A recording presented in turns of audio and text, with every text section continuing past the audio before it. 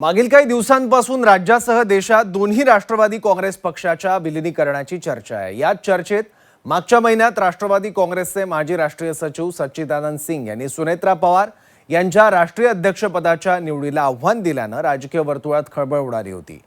त्यातच आता केंद्रीय निवडणूक आयोगानं सुनेत्रा पवारांना एक पत्र पाठवलं, ज्यात राष्ट्रीय कार्यकारिणीच्या वैधतेवर सवाल उपस्थित केला गेलाय। बघूयात। केंद्रीय निवडणूक आयोगानं राष्ट्रवादीच्या राष्ट्रीय अध्यक्षा सुनेत्रा पवारांना पाठवलेलं हे पत्र अजित पवारांच्या निधनानंतर राष्ट्रवादीच्या पक्ष संघटनेत मोठे फेरबदल करण्यात आले। 26 फेब्रुवारी 2026 रोजी राष्ट्रीय अधिवेशनात पक्षात काही महत्त्वाचे बदल करण्यात आले होते। मात्र यातील काही बदलांचे कागदपत्रच निवडणूक आयोगाकडे पोहोचलेले नसल्याचं समोर आलंय। याचीच आठवण 27 जुलै रोजी पाठवलेल्या या पत्रातून करून देण्यात आली आहे। राष्ट्रवादी काँग्रेसच्या घटनेतील अनेक बदलांना समर्थन देणारी आवश्यक कागदपत्र आणि प्रस्ताव सादर केलेले नाहीये।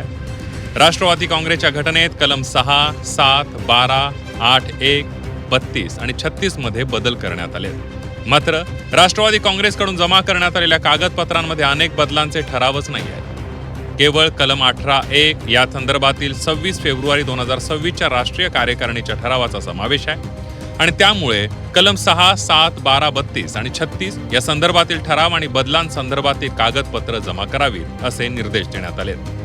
राष्ट्रवादी काँग्रेसला आयोगाकडून या दुरुस्त्यांच्या समर्थनार्थ वैध कागदपत्र आणि प्रस्ताव लवकरच सादर करण्याच्या सूचना देण्यात आल्या। याच मुद्द्यावरून विरोधकांनी पुन्हा एकदा राष्ट्रवादीला लक्ष्य केल्याचं पाहायला मिळत आहे। हो, पत्रास कारण की असं असेल एक पत्र। आता सुनेत्राताई वहिनी उत्तर देतील ना। पण कारण काय असं की अशा त्यांच्याही पक्षावर आता काही नाही, आता मी कसं काय सांगू त्यांच्या पक्षातला काय घटना घडामोडी आहे। अमित शहांचा पक्ष आहे, ते ठरवतील काय करायचं। खरं तर राष्ट्रीय अधिवेशनानंतर सुनेत्रा पवार यांनी 10 मार्च 2026 आणि 7 एप्रिल 2026 रोजी निवडणूक आयोगाला पत्रव्यवहार करून घटनेतील बदलांची माहिती दिली होती। पण आता निवडणूक आयोगाच्या या पत्रामुळे पेच निर्माण झालाय। तांत्रिक प्रक्रियेचा भाग असलेल्या या पत्रामुळे पक्षाच्या प्रशासकीय अडचणीत वाढ झाली आहे। विशेष म्हणजे हे पत्र सोशल मीडियावर व्हायरल झाल्यानं राष्ट्रवादीची कोंडी झाली आहे। पण निवडणूक आयोग आणि राष्ट्रवादी पक्षातील हा रुटीन पत्रव्यवहार असल्याचं राष्ट्रवादीचं म्हणणं आहे। तसंच या पत्राच्या माध्यमातून जी काही संबंधित कागदपत्र मागण्यात आली आहेत त्याची ही पूर्तता तत्काळ करण्यात आल्याची माहिती राष्ट्रवादीनं दिली आहे। वर्षभरामध्ये अशा पद्धतीची अनेक पत्र निवडणूक आयोगाकडून राजकीय पक्षांना, आमच्याच पक्षाला असं नाही, इतरही पक्षांना ती येत असतात आणि त्या अनुषंगानं हा नियमित पत्रव्यवहार हा निवडणूक आयोगाच्या बरोबर होत असतो।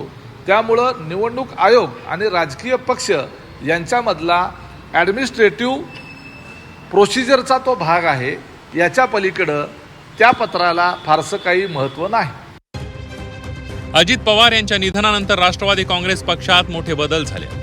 यातील केवळ कलम 18(1) नुसार झालेल्या सुनेत्रा पवारांच्या राष्ट्रीय अध्यक्षपदाची नोंद निवडणूक आयोगाकडे आहे, पण इतर बदलांची वैधतेची पूर्तता करणारी कागदपत्रच नसल्यानं राष्ट्रीय कार्यकारिणीच्या वैधतेवर प्रश्नचिन्ह निर्माण झालंय। त्यामुळे राष्ट्रवादीकडून आवश्यक कागदपत्रांची पूर्तता कधी होते यावर कार्यकारिणी आणि पक्षातील बदलांची वैधता अवलंबून असणार आहे। ब्युरो रिपोर्ट, झी 24 तास।